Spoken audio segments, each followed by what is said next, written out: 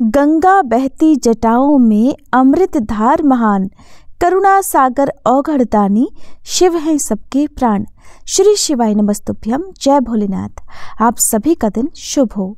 शनि प्रदोष व्रत भगवान शिव को समर्पित है। इस दिन विशेष रूप से भगवान शिव के साथ साथ शनिदेव की पूजा प्रदोष काल में करने से बहुत सारे लाभ मिलते हैं, जैसे सभी पापों का नाश होता है। शनि प्रदोष व्रत करने से व्यक्ति के पिछले जन्मों और वर्तमान जीवन के समस्त पापों का नाश होता है। भगवान शिव और शनिदेव की कृपा से मनुष्य धर्म और पुण्य के मार्ग पर अग्रसर होता है। ये व्रत शनि दोष, साढ़े साती और ढैया के प्रभाव को कम करता है। जो लोग शनि की अशुभ दृष्टि से पीड़ित हैं, इस व्रत के पुण्य प्रताप से उनके जीवन में सुख समृद्धि लौट आती है। शनि प्रदोष व्रत रखने से सभी प्रकार के संकटों से मुक्ति मिलती है। खासकर वे लोग जो रोग, ऋण और शत्रुओं से परेशान हैं, उन्हें इस व्रत से बहुत हद तक समस्याओं से मुक्ति मिलती है। तो आज के इस वीडियो में आप सुनेंगे भगवान शिव और शनिदेव को समर्पित शनि प्रदोष व्रत की संपूर्ण कथा। उससे पहले जानिए आज के प्रदोष काल के समय के बारे में।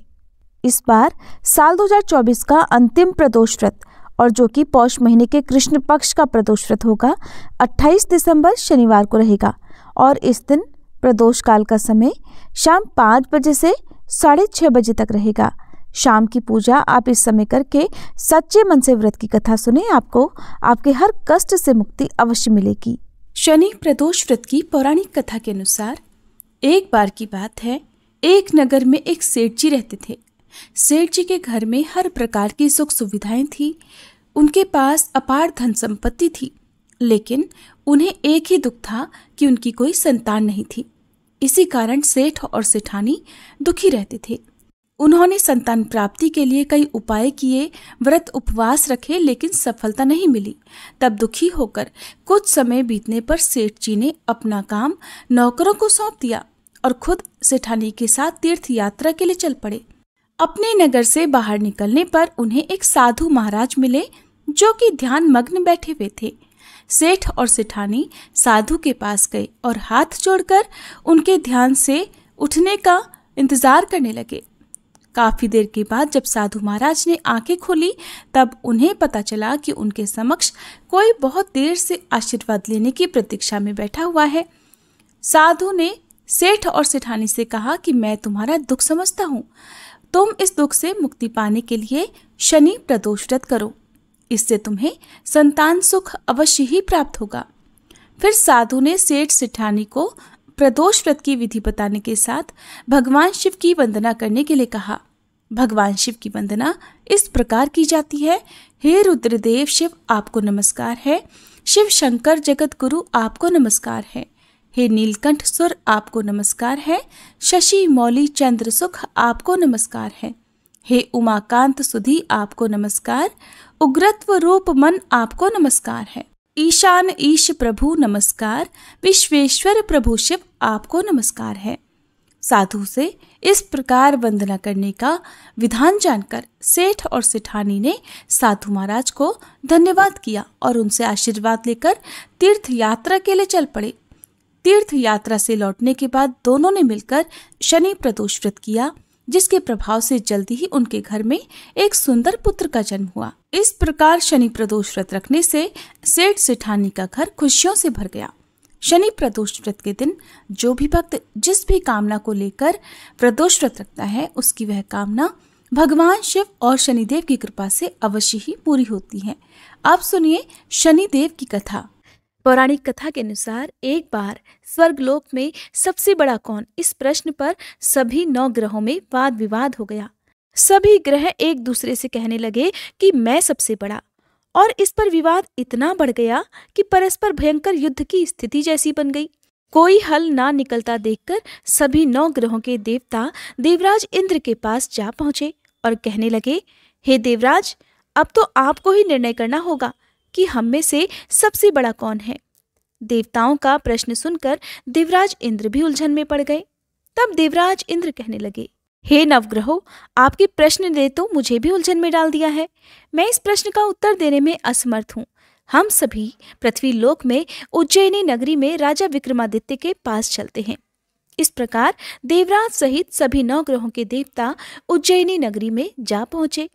महल में पहुंचकर जब देवताओं ने उनसे अपना प्रश्न पूछा, तब राजा विक्रमादित्य भी कुछ देर के लिए परेशान हो उठे, क्योंकि सभी देवतागण अपनी अपनी शक्तियों के कारण महान थे। सभी 9 ग्रहों में से किसी भी एक को छोटा या बड़ा कह देने से उनके क्रोध का शिकार होना पड़ सकता था। अचानक राजा विक्रमादित्य को एक उपाय सूझा। क्योंकि राजा विक्रमादित्य को न्याय के लिए जाना जाता था, इसलिए उन्होंने न्याय करने के लिए विभिन्न धातुओं अर्थात स्वर्ण, रजत, कांसा, ताम्र, शीशा, रांगा, जस्ता, अभ्रक और लोहे के 9 आसन बनवाए।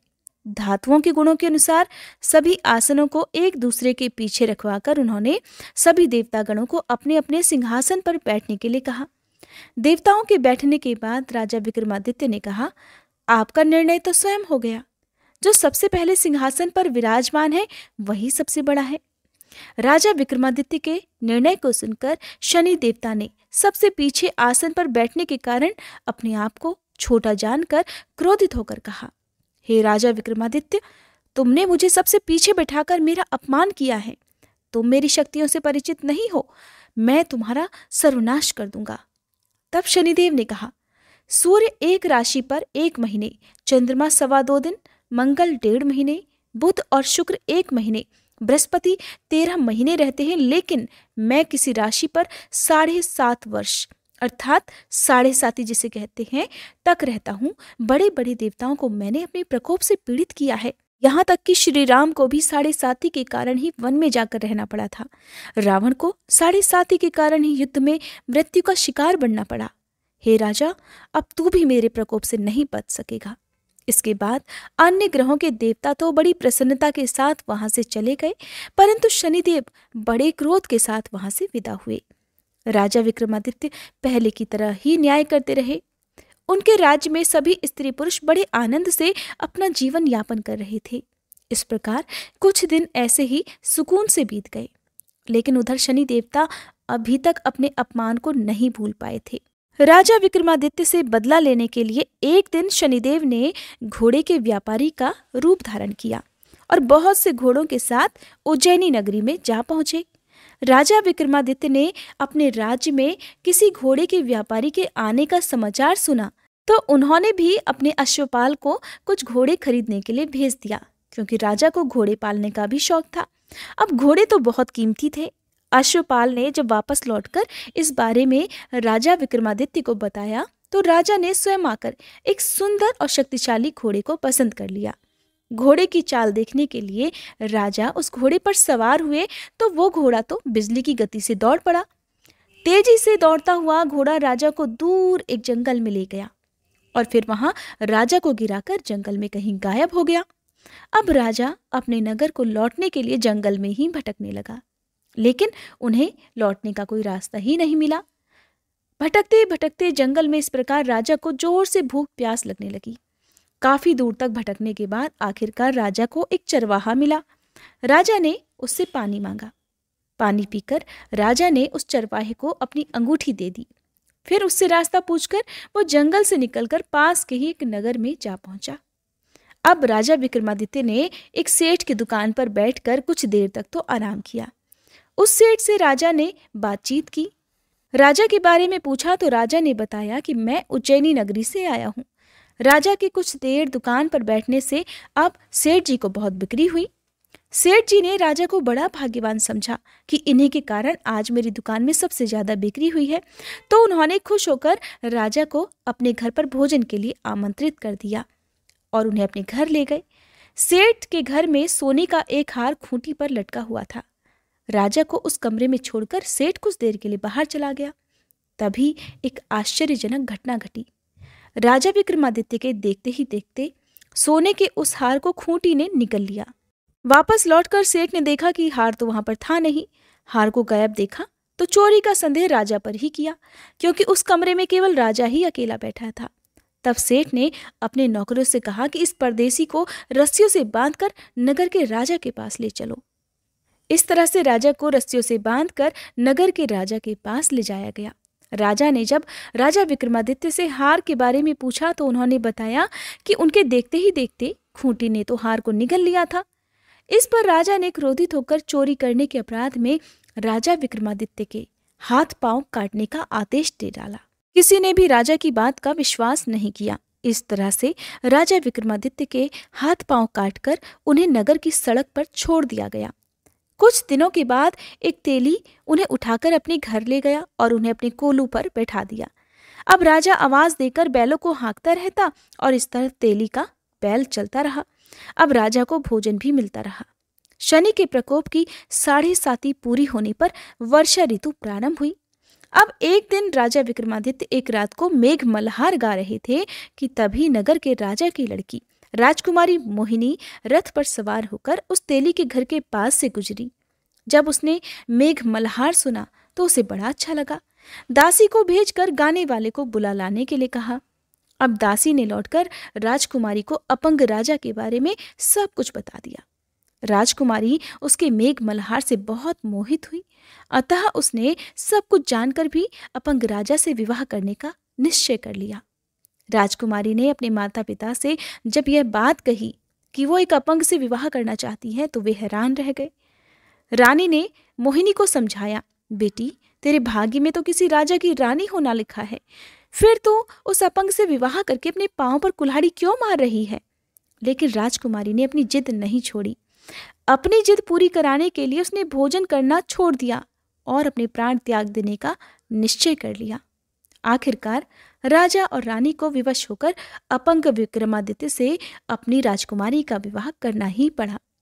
विवाह के बाद राजा विक्रमादित्य और राजकुमारी उसी तेली के घर में रहने लगे। उसी रात स्वप्न में शनिदेव ने राजा से कहा, हे राजा, तुमने मेरा प्रकोप देख लिया, मैंने तुम्हें अपने अपमान का दंड दिया है। इस प्रकार राजा ने शनिदेव से क्षमा करने को कहा और प्रार्थना करते हुए कहने लगे, हे शनिदेव, आपने जितना दुख मुझे दिया है किसी और को कभी मत देना। तब शनिदेव ने कुछ सोचकर कहा, हे राजा, मैं तुम्हारी प्रार्थना स्वीकार करता हूँ। जो कोई स्त्री पुरुष मेरी पूजा करेगा, शनिवार को व्रत करके मेरी व्रत कथा सुनेगा, उस पर मेरा आशीर्वाद सदा बना रहेगा। इस प्रकार प्रातःकाल जब राजा विक्रमादित्य की नींद खुली तो उसने अपने हाथ पांव सही सलामत देखे। ये देखकर राजा को बड़ी खुशी हुई। उसने मन ही मन शनिदेव को प्रणाम किया। राजकुमारी भी राजा के हाथ पांव सही सलामत देखकर आश्चर्य में डूब गई। तब राजा विक्रमादित्य ने अपना असली परिचय देते हुए शनिदेव के प्रकोप की सारी कहानी रानी को कह सुनाई। सेठ को जब इस बात का पता चला तो वो दौड़ा दौड़ा तेली के घर पहुंच गया। राजा के चरणों में गिरकर क्षमा मांगने लगा। राजा ने उसे क्षमा कर दिया क्योंकि ये सब तो शनिदेव के प्रकोप के कारण हुआ था। सेठ राजा को अपने घर ले गया और उन्हें भोजन कराया। भोजन कराते समय वहां एक आश्चर्यजनक घटना घटी। सबके देखते देखते उस खूंटी ने हार उगल दिया। ये देखकर सेठ बड़ा प्रसन्न हुआ और सेठ ने अपनी बेटी का विवाह भी राजा के साथ कर दिया। बहुत सारे स्वर्ण आभूषण और धन आदि देकर राजा को अपनी बेटी के साथ विदा कर दिया। अब राजा विक्रमादित्य राजकुमारी मोहिनी और सेठ की बेटी के साथ उज्जैनी नगरी में पहुंचे तो नगर वासियों ने बड़ी खुशी से उनका स्वागत किया। अगले दिन राजा विक्रमादित्य ने पूरे राज्य में घोषणा करा दी कि शनिदेव सभी देवों में सर्वश्रेष्ठ हैं, इसलिए हर स्त्री और पुरुष शनिवार को उनका व्रत करें और व्रत कथा अवश्य सुने। राजा विक्रमादित्य की घोषणा से शनिदेव बड़े प्रसन्न हुए।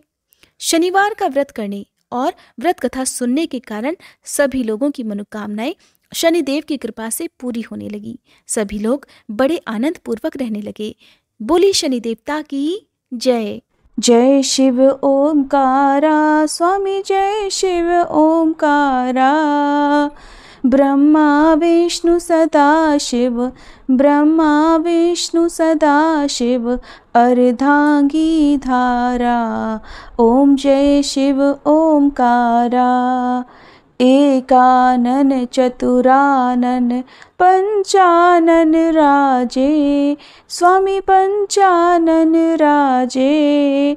हंसानन गरुड़ासन, हंसानन गरुड़ासन, वृषवाहन साजे। ओम जय शिव ओमकारा। दो भुज चारु चतुर्भुज, 10 भुज अति सोहे। स्वामी 10 भुज अति सोहे। त्रिगुण रूप निरखता, त्रिगुण रूप निरखता, त्रिभुवन जन मोहे। ओम जय शिव ओमकारा। अक्षमाला वनमाला रुंडमाला धारी, स्वामी रुंडमाला धारी। चंदन मृग मद सोहे, चंदन मृग मद सोहे, भाले शशिधारी। ओम जय शिव ओमकारा। श्वेतांबर पीतांबर बाघांबर अंगे, स्वामी बाघांबर अंगे। सनकादिक गरुड़ादिक, सनकादिक गरुड़ादिक, भूतादिक संगे। ओम जय शिव ओमकारा। कर के मध्य कमंडल चक्र त्रिशूलधारी, स्वामी चक्र त्रिशूलधारी। सुखकारी दुखहारी, सुखकारी दुखहारी, जग पालनकारी। ओम जय शिव ओमकारा। ब्रह्मा विष्णु सदा शिव जानत अविवेका, स्वामी जानत अविवेका। प्रणवाक्षर में शोभित, प्रणवाक्षर में शोभित, ये तीनों एका। ओम जय शिव ओमकारा। त्रिगुण स्वामी जी की आरती जो कोई नर गावे, स्वामी जो कोई नर गावे। कहत शिवानंद स्वामी, रटत भोलानंद स्वामी, सुख संपत्ति पावे। ओम जय शिव ओमकारा। ओम जय शिव ओमकारा। स्वामी जय शिव ओमकारा। ब्रह्मा विष्णु सदा शिव अर्धांगी धारा।